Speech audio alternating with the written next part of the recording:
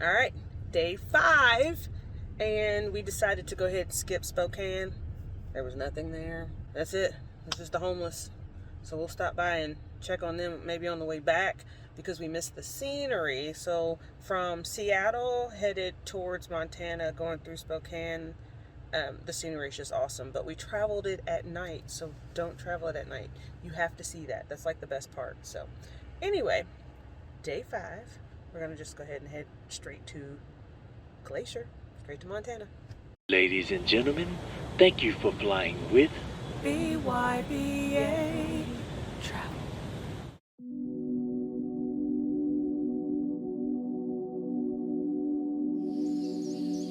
Kootenai Falls is the largest undammed falls in the state and a major attraction to those traveling through the area. It's day 5 now, and on our way to Montana, we're stopped by the Kootenai, however you say that, falls. We're gonna head to the swinging bridge. This was one of the stops that we chose to kind of break up the trip along the way. So, you know I love waterfalls, so let's go see them. The breathtaking views are unforgettable, and the Kootenai River, with a 300 feet elevation drop, is a pleasant surprise to any traveler, photographers, and definitely nature lovers just like us. One of the attractions at the falls is a swinging bridge that provides access to the opposite side of the Kootenai River, which is also a prime Montana fishery. The Kootenai is a tribe. Yep, the Kootenai people lived along the Kootenai River in Idaho, Montana, and British Columbia. They were hunters, gatherers, and salmon was an important staple to their diets, as so mine. I love salmon. Anyway, to the Kootenai tribe, the fall is a sacred site. They view it as the center of the world, a place where tribal members can commune with the spiritual forces that give direction to the tribe and to individual members. Archaeological evidence shows the Kootenai had Native American sweat lodges and encampments up and down this river, from Pipe Creek, where light clay was found for pipes, to the falls of the area. Okay, I'm gonna walk on this swinging bridge. Oh my goodness.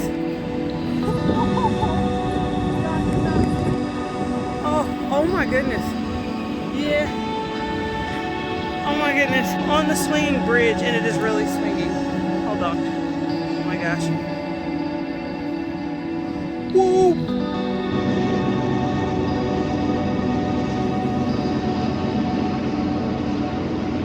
There's so much wildlife to take in. However, we didn't see any at the time that we went. This is how you chill.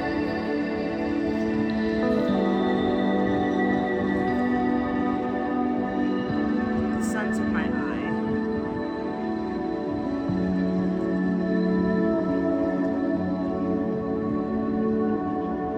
If you're lucky, you'll maybe spot a bighorn sheep, white-tailed deer, mule deer. I mean, to me, all deer looks the same, really. Maybe you can tell the difference. I know if you're a hunter, you can for sure, but you will need a permit to hunt the bighorn sheep. The others are open to licensed hunters during archery and, of course, rifle season. So,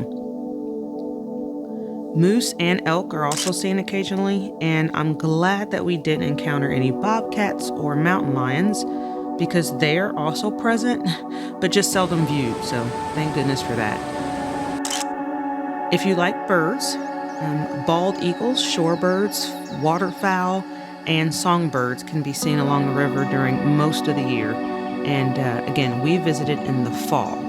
So, also, if you like to fish, there's plenty of walk-in opportunities. There's like 3 miles of the river where you can just pick a spot and squat. But the only fish I've actually ever caught, it was already dead and floating. Like it was literally dead and floating in the water. All right, just grab it. Just grab it.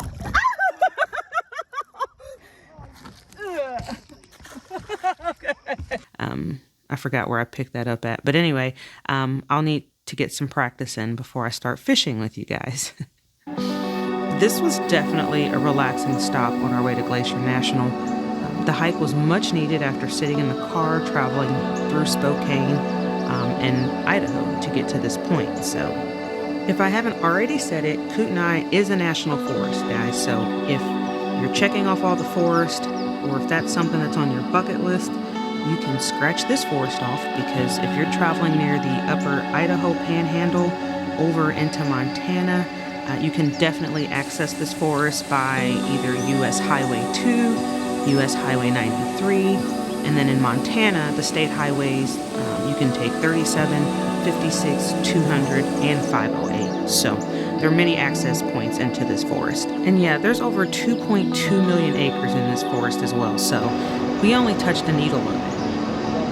How you doing? Hello, how y'all doing? Nah. Oh, I thought you were fishing. No. Oh, yeah. we recording YouTube. Definitely check this out and let us know in the comments of any of your favorite spots in this forest if you've gone yourself. Next stop, Garden of 1,000 Buddhas. The Garden of 1,000 Buddhas is a spiritual site near Arlee, Montana. The surrounding garden spreads across 10 acres of land, and it is intended to be a pilgrimage destination for the Western Hemisphere, and is also expected to become a major place of worship for people of many faiths. It is free to the public, and as the name sounds, features over 1,000 statues.